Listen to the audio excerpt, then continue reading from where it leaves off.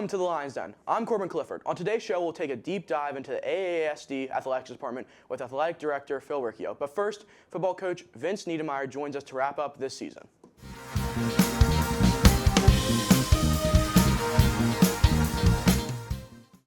Welcome back to the Lions Den. Last Friday, the football team picked up its first home win of the season on senior night. Coach Nedimyer joins us now to talk about the game and more. Welcome, Coach Nedimyer. Thanks for having me back. Coach, the team picked up its third win in front of a home, enthusiastic crowd last Friday. What does it mean to get the win on senior night? It means a lot, not only to the coaching staff, but especially to the seniors that have given us their best for the last 4 years. It was an emotional week and had two pretty good practices, and then it kind of comes down to it. My message before the game was any regret that any of those kids had leading up to that night could be righted on the field that night. And I think a lot of kids, not only our seniors, kind of played their hearts out, and we left it out on the field, and fortunately we're able to come away with a victory. So it was a good night for sure.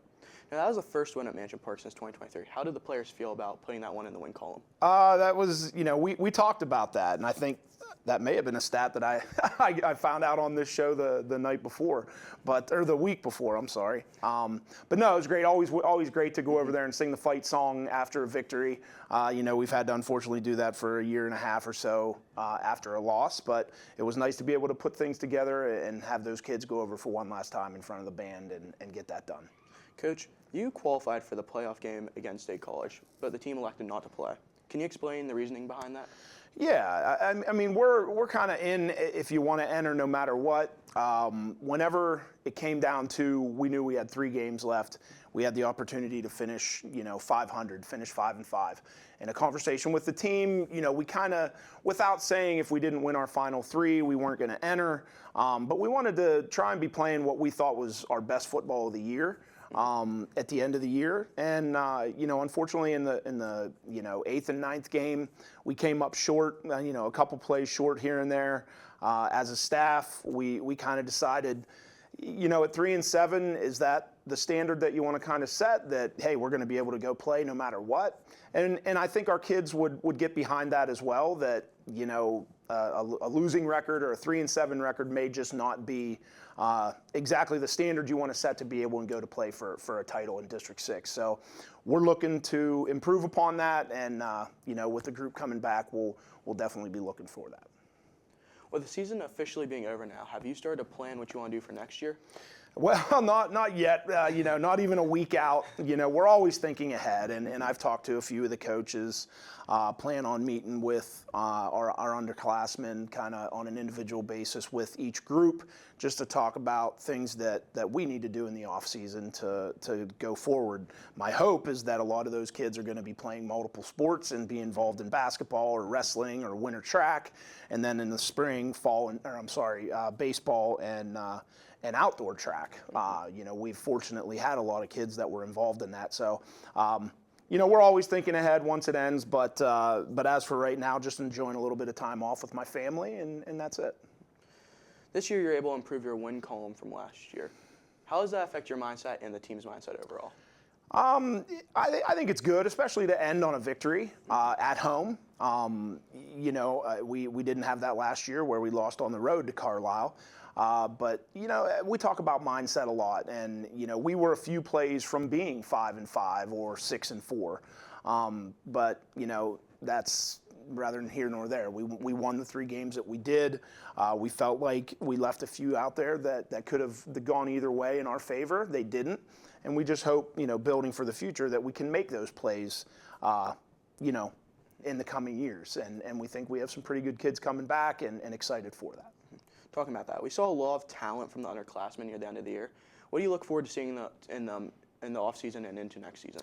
So just building, and we're not going to change a whole lot. We're going to continue to do the things that we did this year in all 3 phases of the game. Offensively, we're looking to continue to evolve. We've gotten the shotgun a little bit more this year, and looking to build on that and just be more consistent on that side of the ball. But with the kids that we have coming back, we think that we can win. We continue to voice that to our kids and make sure that they're confident in their abilities going in. But just building the fundamental skills leading up to to next year, and we're excited about the group that's coming back. Thank you for joining us, Coach Nedimyer. Athletic Director Phil Riccio joins us next on the Lions Den.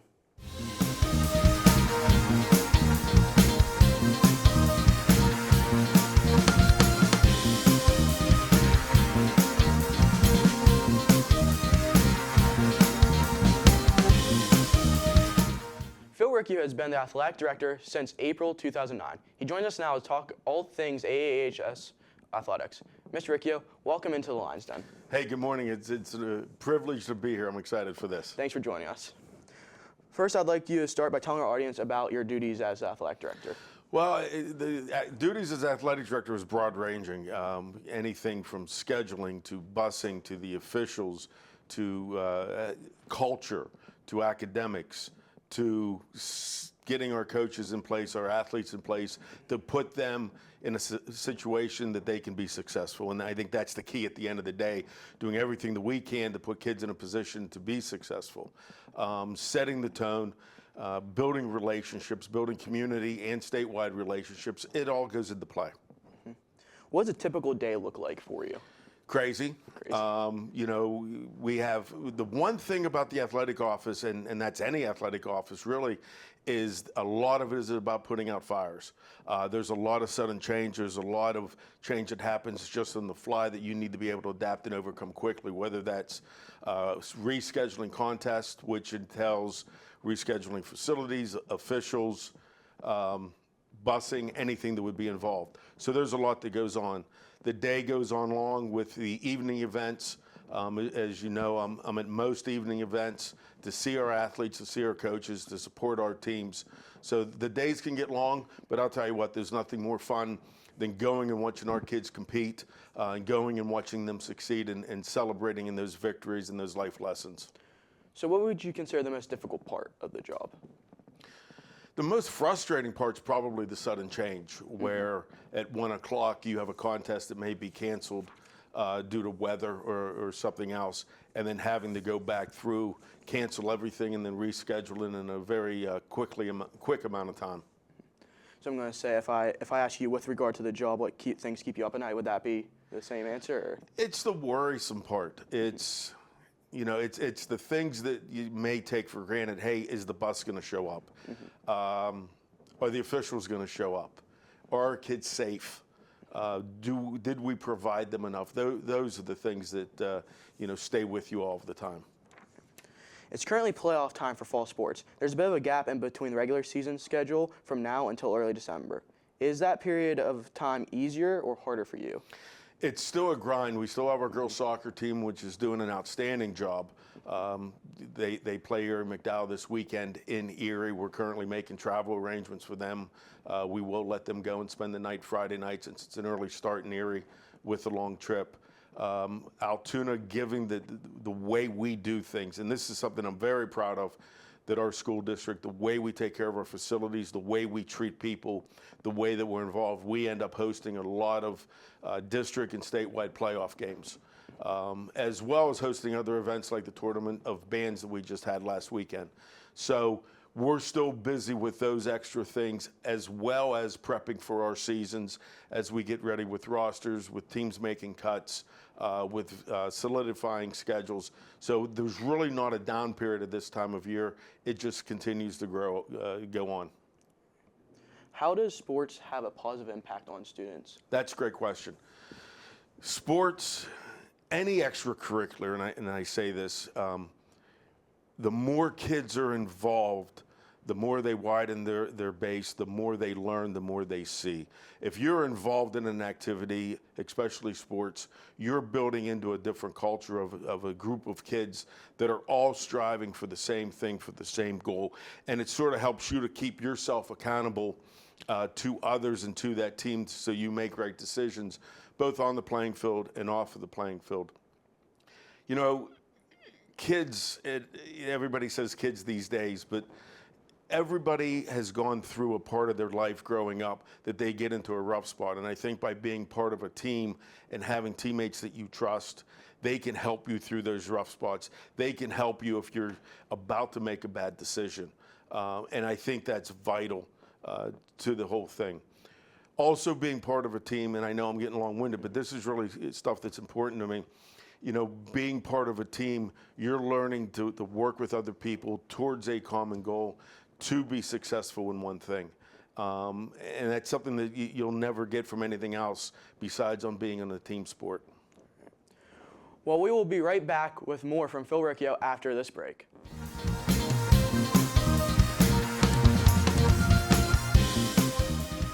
Don't miss a minute of great MLTV programming like the Lions Den and live sports.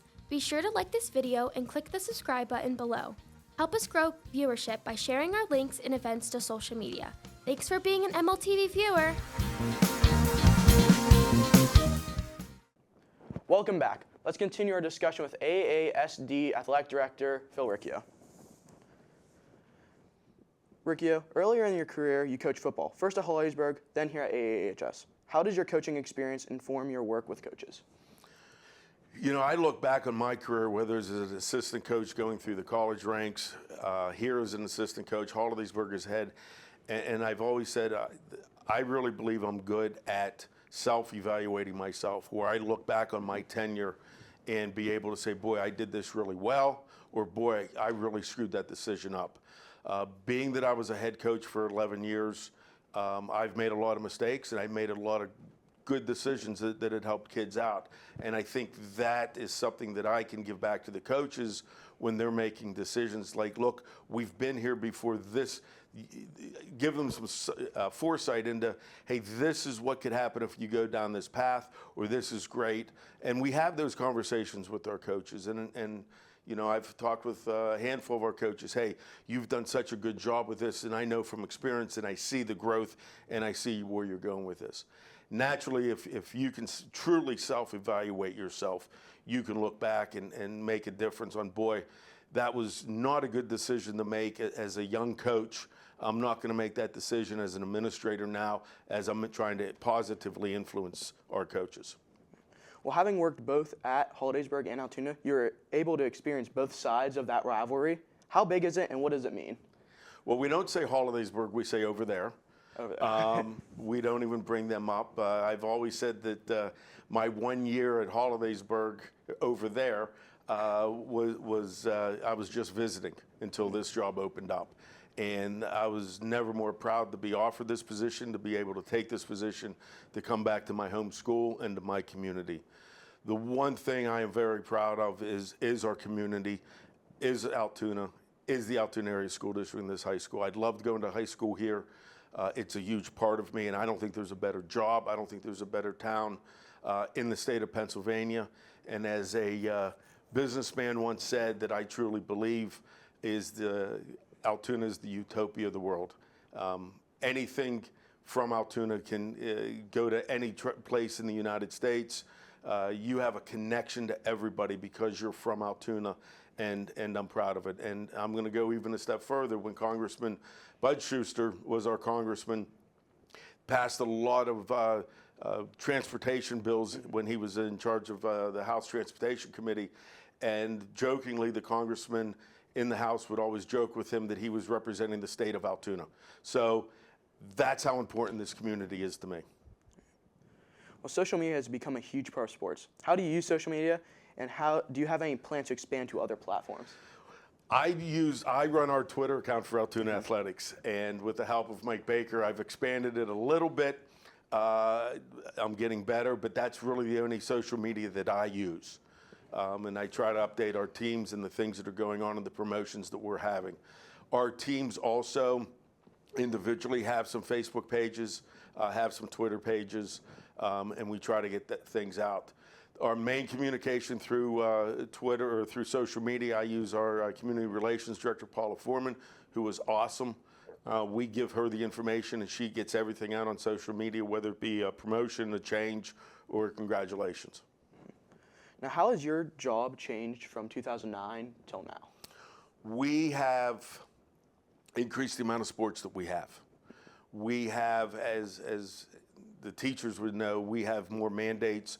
We have more clearances to check. There's a lot more paperwork. There's a lot more follow-up with those things and regulations that we need to follow. Our coaches need to do different registrations, different certifications now with PIAA.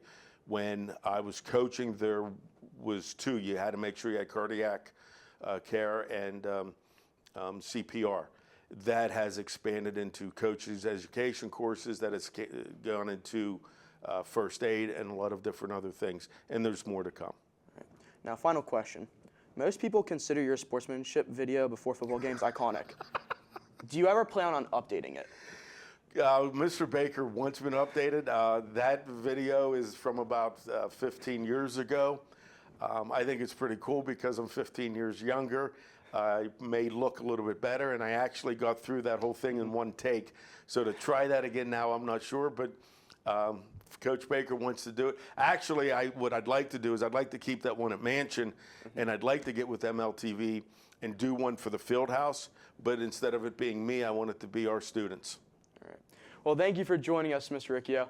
The Lions Den is going through a hiatus for a few weeks to work on our winter sports preview show. We'll be back with that show on Friday, November 28th. In the meantime, be sure to check our previous episodes. If you like what you see, subscribe to the channel. Your likes and shares help grow our audience. The Lions Den will return in a few weeks. Have a wonderful Thanksgiving holiday.